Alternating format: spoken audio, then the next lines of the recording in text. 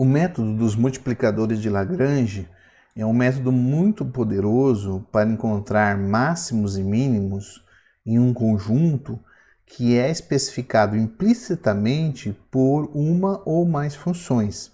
Então a gente vai ver como esse método, de onde esse método veio e como é que ele é usado. Então vou considerar aqui uma função de duas variáveis, diferenciável num conjunto aberto A, tá?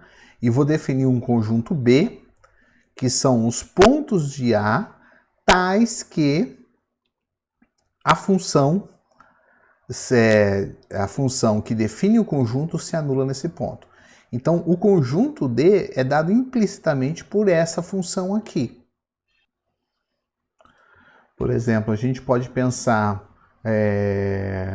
você imagina um caso que você tem aqui o conjunto A como sendo o R2 e o conjunto B sendo o círculo unitário de raio 1.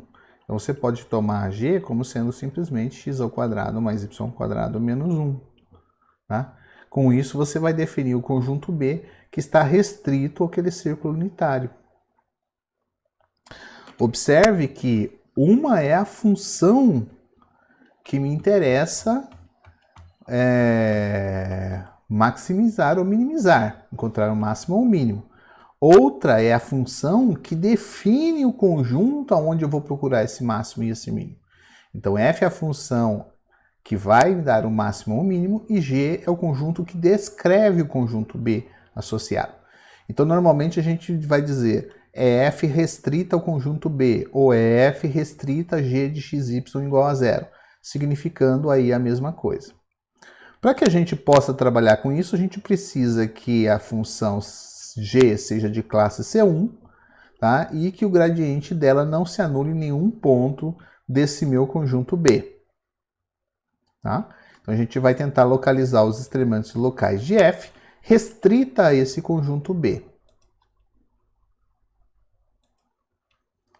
Vou supor que x0, y0 pertencente a B é um extremante local de f restrita a B. Então, como eu sei que o vetor gradiente não se anula nesse ponto, porque ele não se anula em nenhum ponto de B, eu vou usar o teorema da derivação implícita, que a gente viu lá atrás, para dizer que existe um intervalo aberto, tá? E uma curva gama de t, tá? Com todos os pontos dentro do meu conjunto B, para o intervalo I, o ponto t0 igual a x0, y0, e o vetor gradiente não se anula, né? Porque a derivada parcial, uma das duas não se anula. Tá? Então eu garanto a existência dessa curva pelo teorema de derivação implícita. Ora, vou definir agora a função, né? A função que é a composição da f com essa curva gama de t. Observe que a gama de t está dentro do meu conjunto B. Tá? Então eu estou dentro do meu conjunto B tentando encontrar aqui um ponto ou uma curva que passa pelo meu ponto x0, y0. Ora, mas x0, y0 é um extremante local da f restrita a B. Portanto, ele vai ser um extremante local dessa minha função de uma variável f de t. Então, ela tem que satisfazer a condição que a derivada seja igual a 0. Ou seja, a derivada dela pela regra da cadeia é o gradiente da minha f, no ponto x0, y0, multiplicado, né, é o produto interno, do vetor tangente à curva gama de t, ou seja, a derivada de gama de t no ponto t0, igual a 0. Então eu sei que o vetor gradiente da f tem que ser ortogonal a essa curva gama. Mas a minha curva gama, ela está no conjunto B. E para estar no conjunto B, ela tem que satisfazer que todos os pontos sejam iguais a 0 quando aplicada na função g. Então eu tenho que g de gama de t é igual a 0. E eu vou então derivar essa equação de ambos os lados. Derivando aqui essa função, eu tenho exatamente pela regra da cadeia o gradiente da g aplicado em gama de t, produto interno com a derivada do gama, tá? Do gama, tem um parênteses a mais aqui, né? Tá? da derivada do gama igual a zero. Ou seja, o vetor gradiente da G em todos os pontos é ortogonal à minha gama. Em particular, no ponto x0, y0 e no ponto t0 da gama. Tá? O vetor gradiente é ortogonal a esse vetor. Ora, mas a gente acabou de ver que a f é também ortogonal ao vetor tangente da gama. Então, se eu estou no R2 e eu tenho um vetor ortogonal a outro e outro vetor ortogonal àquele mesmo vetor, e esse vetor ele é não nulo, isso significa que, na verdade, esses dois são paralelos. Eles podem ter até sentidos opostos, mas eles são paralelos. Tá? Então, para que isso aqui seja um extremante da minha função f, é necessário que esse vetor seja paralelo a esse. E um vetor ser paralelo é que existe uma constante real, tal que um é o múltiplo do outro. E eu vou chamar esse constante real de lambda. Tá? E esta aqui vai ser justamente a nossa chave para o método dos multiplicadores de Lagrange. Então, definindo aqui o nosso teorema, que a gente acabou de demonstrar, é que se eu tenho uma função diferenciável no aberto A e um conjunto B definido implicitamente por uma G, essa G de classe C1, cujo vetor gradiente não se anula, então, se o ponto do conjunto B é um extremante local de f restrita a B, então existe um lambda tal que o gradiente de f no ponto é igual a lambda vezes o gradiente de g no ponto. Tá? Esse valor lambda é que é denominado de multiplicador de Lagrange. Bom, mas como que eu uso isso para resolver ou encontrar o ponto, o extremante, né? Ou pelo menos candidatos a extremante? Para determinar esses candidatos a extremantes de f restrito ao conjunto B, eu preciso então resolver esse sistema em que eu tenho a equação que veio do teorema, ou seja, encontrar o par xy que satisfaz isso, e mais satisfaça a condição de restrição do conjunto B. Então, resolver esse sistema, encontrar todas as soluções possíveis para esse sistema, é o chamado método dos multiplicadores de Lagrange, né? Aqui, para esse caso de funções de duas variáveis. Vamos ver agora um exemplo, então, do método dos multiplicadores de Lagrange. Então, a gente tem aqui uma função, f de xy igual a x ao quadrado mais y ao quadrado, que eu quero encontrar os extremantes, os possíveis extremantes, restrita a um conjunto que é dado implicitamente por essa função, x menos y ao quadrado, y menos 1 ao quadrado igual a 1. Bom, fácil reconhecer esse conjunto, né? Na verdade, é o círculo de raio unitário, centrado no ponto 1. Portanto, a minha g, que é a função de restrição, é x menos y ao quadrado mais y menos 1 ao quadrado menos 1. E o meu conjunto B sempre é os pontos do R2, já que essa função está definindo todo o R2, tal que a minha função de restrição é igual a zero. Eu vou, pelo método dos multiplicadores de Lagrange, o que eu vou tomar é o gradiente da f igual a uma constante lambda vezes o gradiente da g. Então, o gradiente da f é 2x, 2y, igual a lambda. O gradiente da g vai ser 2 vezes x menos 1, então dá 2x menos 2, 2 vezes y menos 1, então dá 2y menos 2. E a minha função g também tem que ser satisfeita, igual a zero. Bom, igualando os termos aqui desses vetores, né, multiplicando aqui por lambda, igualando, eu tenho 2x igual a lambda 2x menos 2, e eu tenho 2y igual a lambda 2y menos 2. Vou trabalhar apenas com a x por enquanto. Bom, vou juntar os termos aqui em comum, tendo x, dividir tudo por 2, né? Isso vai simplificar.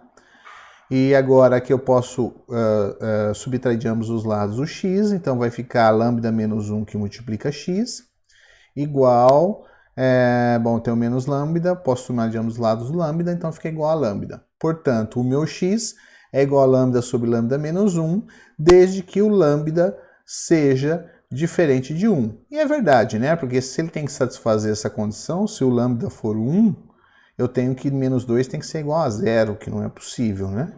Então, nessa condição, o que eu tenho é exatamente lambda diferente de 1, então eu posso fazer essa divisão. Portanto, eu achei o valor do x. De modo semelhante, eu posso isolar o y, tá? E como a expressão é exatamente a mesma, eu só troquei o x pelo y, né? Então o resultado também vai ser exatamente igual, ou seja, a gente tem aqui o y igual a lambda sobre lambda menos 1.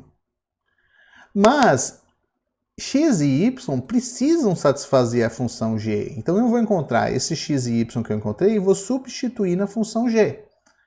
É o melhor jeito de fazer? Esse é um jeito, uma possibilidade de realizar. Então, dependendo da função que eu estou trabalhando, ou das funções que eu estou trabalhando, eu posso usar técnicas diferentes. O importante é resolver o sistema. Então, eu vou substituir aqui, como aparece x menos 1 ao quadrado, y menos 1 ao quadrado, e o x é igual ao y, eu vou pegar duas vezes esse valor, tá? Simplesmente aqui. Então, duas vezes o valor lambda sobre lambda menos 1 ao quadrado, tá? Menos 1 tem que ser igual a zero. Então, fazendo um algebrismo aqui, né? Somando 1 de ambos os lados, dividindo por 2. E fazendo esse mínimo aqui, vai ficar lambda menos lambda mais 1, vai cancelar os lambdas de cima, então fica 1 sobre lambda menos 1. Então, 1 sobre lambda menos 1 ao quadrado tem que ser igual a meio. Vou inverter aqui, né, de ambos os lados, e vou tirar já a raiz quadrada. Então, o lambda menos 1 tem que ser igual a mais ou menos a raiz quadrada de 2. Portanto, o lambda tem que ser mais 1 mais ou menos a raiz de 2. É claro que para cada valor de lambda vai gerar um x e um y diferente. Então, eu tenho o x e o y, eles têm... Não é que eles são idênticos sempre, né? Eles têm a mesma expressão. Então, eles podem assumir esses valores aqui de forma mista, né? Então, eu vou ter um lambda, 1 mais ou menos raiz de 2, e aqui um lambda menos 1, sobra só mais ou menos raiz de 2. Vou racionalizar multiplicando por mais ou menos raiz de 2 em cima e embaixo, então eu vou ficar com 2 mais ou menos raiz de 2 sobre 2. O x e o y, eles não precisam ser iguais. Na verdade, eu coloquei a igualdade porque eles têm a mesma expressão, tá? Mas a gente pode considerar aqui os termos mistos respectivos para cada valor de x e de y. Tá? Então eu tenho 4 pontos candidatos aqui a extremantes, né? Então eu tenho 2 menos raiz de 2 sobre 2, 2 menos raiz de 2 sobre 2 é um ponto, 2 menos raiz de 2 sobre 2 e 2 mais raiz de 2 sobre 2 é outro ponto. 2 mais raiz de 2 sobre 2 para x e 2 menos raiz de 2 sobre 2 para y, e os dois positivos, tá? Agora, como eu sei que um desses pontos vai ser extremante, né? Ou dois deles? Porque o meu conjunto B é compacto. Então, a gente viu pelo teorema de Weierstrass, que se o conjunto é compacto e a função é contínua, então ele tem mínimo e máximo no conjunto B. Se ele tem mínimo e máximo no conjunto B, então significa que pelo menos dois desses pontos deve ser um mínimo e outro máximo. Pode ser que eventualmente eu tenha dois mínimos ou tenha dois máximos, né? Mas um deles vai ser mínimo, um deles vai ser máximo, pelo menos. E para verificar isso, eu vou simplesmente calcular o valor da função f nesses pontos e ver qual é mínimo, qual é máximo. Então, fazendo isso, f no primeiro ponto eu tenho 3 menos 2 raiz de 2. F nos pontos intermediários eu tenho 3 raiz de 2. Isso aqui está errado, né? Tem uma igualdade a mais aqui, tá? E eu tenho, no último ponto, 3 mais 2 raiz de 2. Isso aqui é 1,5, né? Aqui 3 menos 2 raiz de 2, 1,4, dá mais ou menos 2,8, sobra 0,2, então isso aqui é menor do que este. Então este é o ponto de mínimo e esse é o ponto de máximo da função. Esse aqui são pontos intermediários que foram descartados, tá? Portanto, eu tenho que esse é o meu ponto de mínimo. Acho que eu troquei aqui, né? A ordem, tá bom? Só arrumar. Esse é o ponto de máximo, né? E esse é o ponto de mínimo. Vou consertar aqui, eles estão trocados. Os valores estão corretos.